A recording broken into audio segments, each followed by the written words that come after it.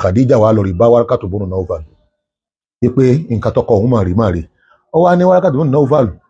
àfáàyàn wá ní Warakatu bùnú Nawfal pé ayé nǹkan wò ní ànábì náà lọ yẹ nǹkan wò lọ́dọ̀ rẹ̀ ni pé wọ́n jára rẹ o ọ̀rọ̀ yìí burú jáì so mo dẹ̀ ń kìlọ̀ fọ́ rẹ̀ wa nǹkan lọ túbá. A single message for a global community,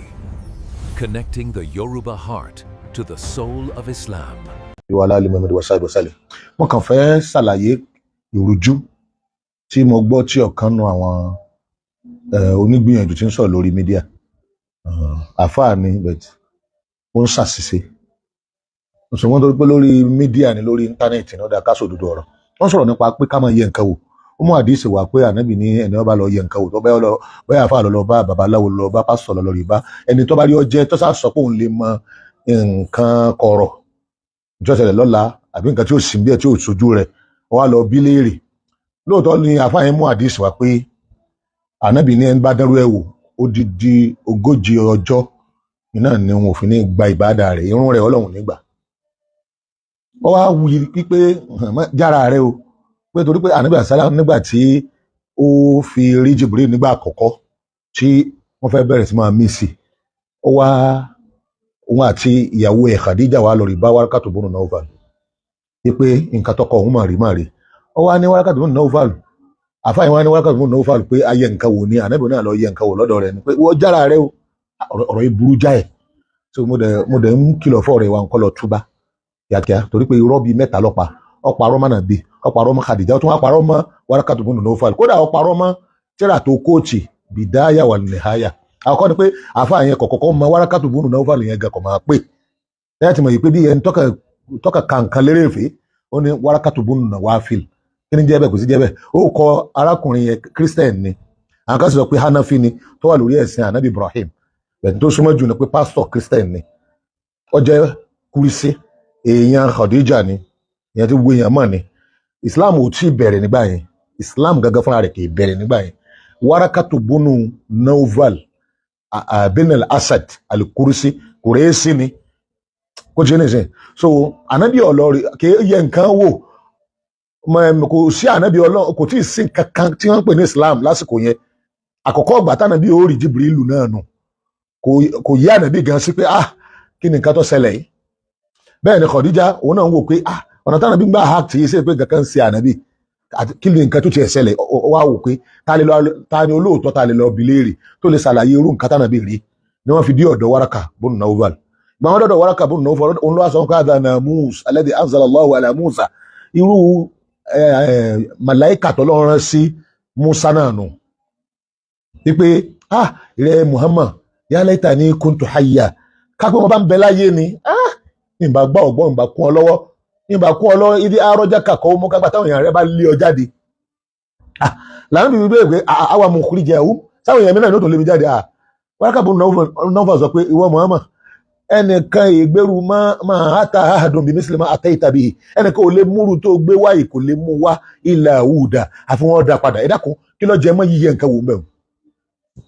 ìkejì ní pé tá a bá fẹ́ sọ nìṣẹ́ wọ́n ètí ìmọ̀ sòfin àtòfin ìrún o àtòfin sẹ̀rí àkàkà àti ìkàkà ànábì sẹ́sẹ̀ rí Jibrilu ni kí n bẹ̀rẹ̀ òfin kankan pẹ̀lú ẹ̀ kò tí ì sófin kankan. so kéèyàn máa ta pótópótó kọ́ máa pa adúrú rọ́bà yẹn ló dùn èmi pé ẹ má máa pààrọ̀ mọ́ tẹ́ẹ̀ bá tiẹ̀ máa kéwú ẹnu tẹ́ ẹ bá mọ̀ ní kẹ́ ẹ máa sọ̀rọ̀ nípa rẹ̀ ọ̀rọ̀ yìí tún wá rè mọ́sálà tó léwu ni mọ́sálà tó lè ba yé yẹn jẹ́ wájú ọlọ́wọ́ máa dúró táwọn ẹbí sọ ni nínú rìwáyà Muslim ó jẹ́ pé rìwáyà yẹn ọ̀pọ̀ nǹkan kan náà ni wọ́n sì ń wé rìwáyà ìtaárì nù sọ̀yí Muslim ó ní ànábì Muhammad sọ̀rọ̀ sọ wípé man ata harrafan ẹnikẹ́ni tó bá lọ rí bá amúnimọ̀lá ẹni tí ń yẹ nǹkan wò ẹni tí ń bi léèrè kọ̀rọ̀ ọ lọ rí bá wọ́n tó wọn bá pẹ́ra rẹ̀ mùsùlùmí kò bá pẹ́ra aláàfà kò bá pẹ́ra rẹ̀ babaláwo kò bá pẹ́ra rẹ̀ pásítọ̀ fàṣà aláwò ọwọ́ ń bi léèrè òun bi léèrè nǹkan lọ gbé nǹkan bá tó o bá fi lè dẹ́rù ẹ̀ wò ànábì ní Ọlọ́run ọba àlékí ọlá yóò ba ìrun tí irú ẹni bẹ́ẹ̀ kí 40 laylatan odidi alẹ́ 40 èyí tí ọjọ́ 40 lọ́lọ́run fi ba gbogbo iṣẹ́ tó ti ṣe ìrun tó ti kí